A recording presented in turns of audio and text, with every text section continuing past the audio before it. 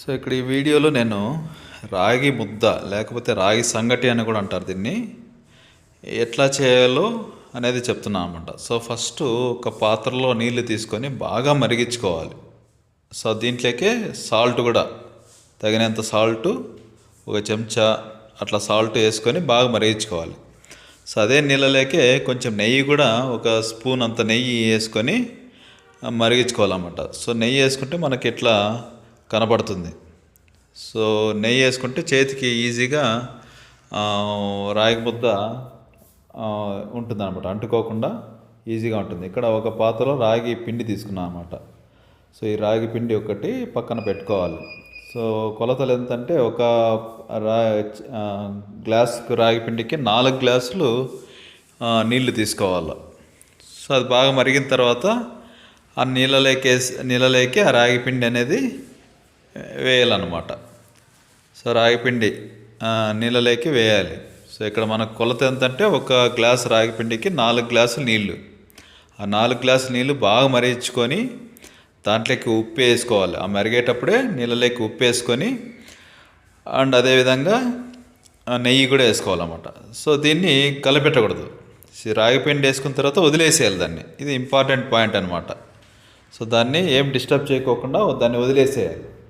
So వదిలేస్తే ఇట్లా రాగి పిండి అంతా కూడా దాంట్లోకి ఇమ్మర్స్ అయిపోతుంది. ఆ నీళ్ళలోకి లోపలికి వెళ్ళిపోతామన్నమాట. నీళ్ళంతా పైకి వచ్చేస్తుంటాయి అనమాట. అంటే బాగా నానిపోవాలి. ఆ రాగి పిండి అంతా కూడా ఆ నీళ్ళలోనే నానిపోవాలి. దానంతా అదే మనము దేన్ని పెట్టి దాన్ని డిస్టర్బ్ చేయకూడదు అనమాట. సో అంతా ఇన్సర్ట్ అయిన తర్వాత మళ్ళా ఇట్లా తిప్పుకోవాలి.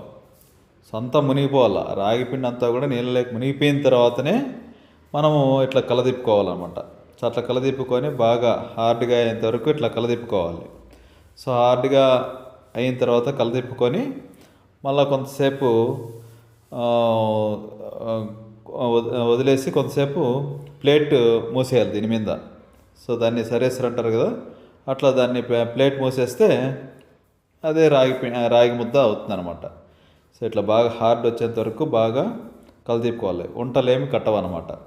సో బట్ ఏమంటే రాగి పిండి వేసిన తర్వాత ఆ నీళ్ళలోకి దాన్ని కొంచెంసేపు వదిలేసేయాలి.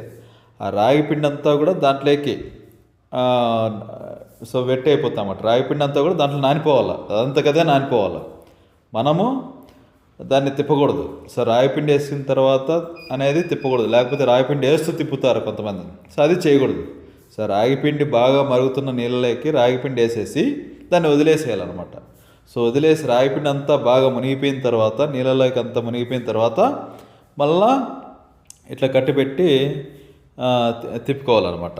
సో తిప్పుకోయిన తర్వాత ఇప్పుడు ఇట్లా అయిపోతుంది. బాగా హార్డ్గా అయిపోయిన తర్వాత సో ఇప్పుడు ఏం చేయాలి?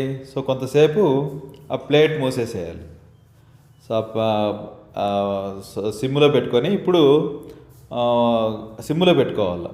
సో స్టవ్ అనేది సిమ్లో పెట్టుకొని కొంతసేపు అట్లే వదిలేసేయాలి. ప్లేట్ మూసేసి వదిలేస్తే బాగా అవుతుందన్నమాట. ఇప్పుడు బయటకు తీసుకొని స్టవ్ ఆఫ్ చేసుకొని బయటకు తీసుకొని ఇట్లా ముద్దలు చేసుకోవాలి. సో ఇట్లా ఏదైనా ఒక పాత్ర, ఇది స్టీల్ ప్లేట్ మాదిరి తీసుకొని అది ఏమేమి కావాలి ఇన్ కేస్ ఎట్లా ఏమన్నా చిన్న చిన్న వంటలున్నా కానీ ఇట్లా బాగా సర్దుకోవచ్చు అనమాట. సో అది ఒక ప్లేట్లోకి తీసుకొని సో ముద్దలుగా చేసుకోవచ్చు అనమాట. మనకు ఎట్లా కావాలంటే అట్లా ముద్దలు తీసుకోవచ్చు. లేకపోతే అట్లే ప్లేట్లోకి వేసుకొని సో మంచి చికెన్ లేకైనా కానీ లేకపోతే పితికిపోపు కూర అంటారు అన్నమాట రాయలసీమ సైడ్. సో ఇది జనరల్గా కర్ణాటక, రాయలసీమ అటు సైడు అనంతపూర్, కదిరి ఇలాంటి ప్లేసెస్లో బాగా ఇది ఫేమస్ అనమాట. ఉత్త రాగిపిండే. దీంట్లో మనము ఇక్కడ రైస్ అంటూ ఏమి వేయలేదనమాట. సో ఉత్త రాగిపిండే నీళ్ళలోకి వేసి వితౌట్ రైస్ వేయకోకుండా మనము రాగి ముద్ద చేస్తున్నాం అనమాట. సో చాలా బెనిఫిట్స్ ఉంటాయి దీనికి. హెల్త్కు చాలా బెనిఫిట్స్ ఉంటాయి అనమాట. అంటే రైస్ కూడా వేయకోకుండా, సో రైస్ కూడా వేయకోకుండా రాగి సంగటి వితౌట్ రైస్ ఎలా చేయొచ్చు అనేది. సో అట్లా అన్నీ మళ్ళీ అట్లా ఒక ముద్ద అయిపోయిన తర్వాత ఇంకొక ముద్ద. సో మనకి ఎంతమంది ఉంటారో చూసుకోవాలన్నమాట.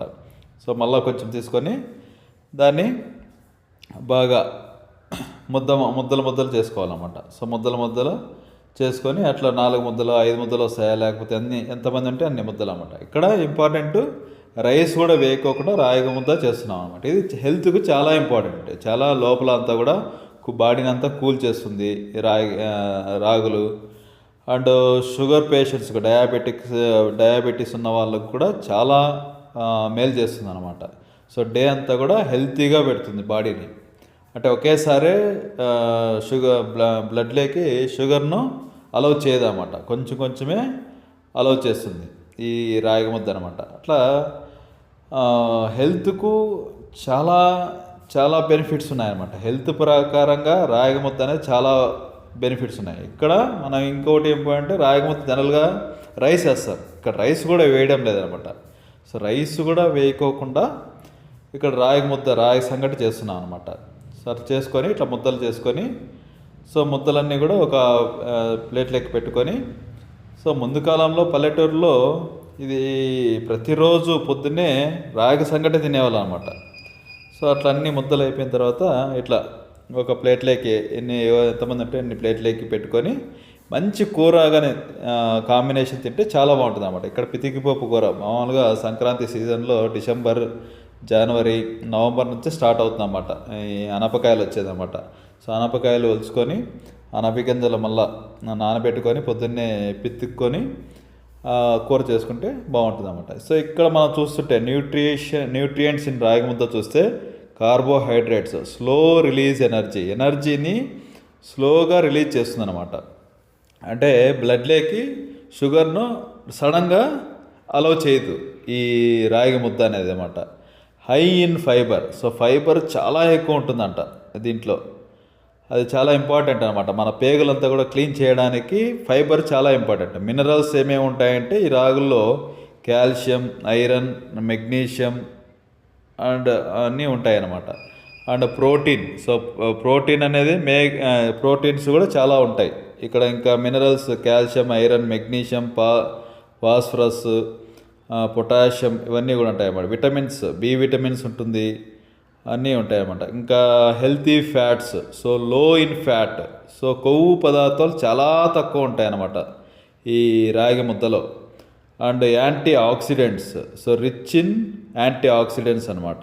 సో చాలా యూజెస్ ఉన్నాయి ఈ రాగి ముద్ద వల్ల, రాగి సంగటి వల్ల చాలా రకాల యూజెస్ ఉన్నాయి. ఇట్లాగానే చేసుకుంటే చాలా బాగుంటుంది అనమాట. సో ఇక్కడ ఒకటే గుర్తుపెట్టుకోవాల్సింది ఏమంటే బాగా మరిగించిన నీళ్ళలో ఆల్రెడీ ఉప్పు కూడా వేసుకోవాలి, లైట్గా నెయ్యి వేసుకున్న నీళ్ళలో రాగి పిండి వేసుకోవాలి. అన్నం అనేది రైస్ అంటే బియ్యం అనేది వేయకూడదు అన్నమాట. సో రాగి పిండి వేసుకొని దాన్ని స్టిర్ చేయకూడదు, బాగా అన్నీ ఫస్ట్ దాంట్లోకే బాగా ఇమ్మన్స్ అయిపోవాలన్నమాట. అదంతకదే బాగా దాంట్లో మునిగిపోవాలి, నీళ్ళల్లో అంతా కూడా మునిగిపోయి అప్పుడు స్టిర్ చేసుకోవాలి. అది ఇంపార్టెంట్ పాయింట్ అనమాట ఇక్కడ.